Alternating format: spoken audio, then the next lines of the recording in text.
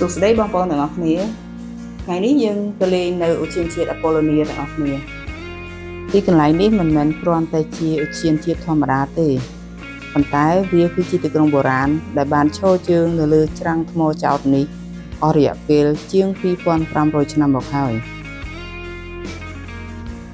នៅសម័យពើសៀនសតវត្សទី6មុនគ្រិស្តសករាជទីក្រុងនេះត្រូវបានបង្កើតឡើងដោយជនជាតិ Phoenicians តែកាលនោះគេហៅថា Arsuf តាមឈ្មោះព្រះព្យុះរបស់ពួកគេ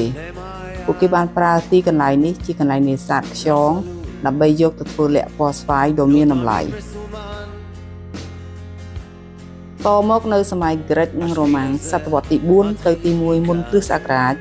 ទីក្រុងនេះត្រូវបានបដូរឈ្មោះទៅជាអាប៉ូឡូនីក្នុងសម័យរ៉ូម៉ាំងទីនេះបានរីកចម្រើនខ្លាំងនិងក្លាយជាទីក្រុងពាណិជ្ជកម្មដ៏សំខាន់តមកទៀតនៅសម័យ Byzantine សតវត្សទី4ទៅទី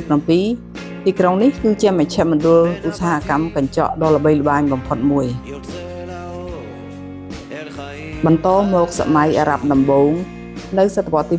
7ជនជាតិមូស្លីមបានគ្រប់គ្រងនិងកសាងកំពែងការពារទីក្រុងជាលើកដំបូង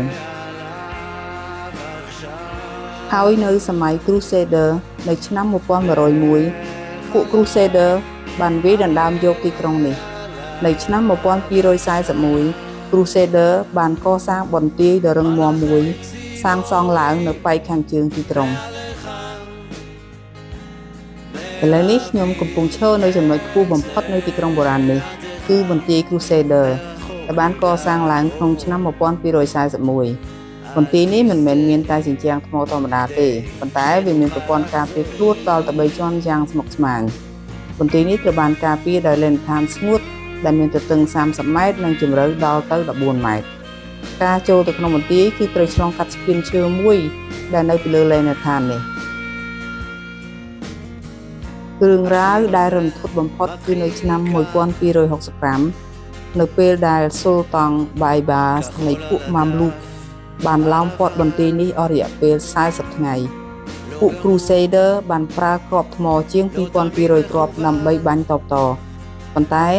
ចុងក្រោយពួកគេត្រូវចុះចាញ់ហើយត្រូវបានបង្ខំឲ្យដុតបំផ្លាញបន្ទាយខ្លួនឯងចោលដែលបន្សល់ទុកនៅស្នាមឆេះខ្មៅនៅតាមជញ្ជាំងរហូតដល់សព្វថ្ងៃបាទបងប្អូនមកលេងនៅអ៊ីស្រាអែលកុំភ្លេចចូលលេងនៅអាប៉ូឡូនី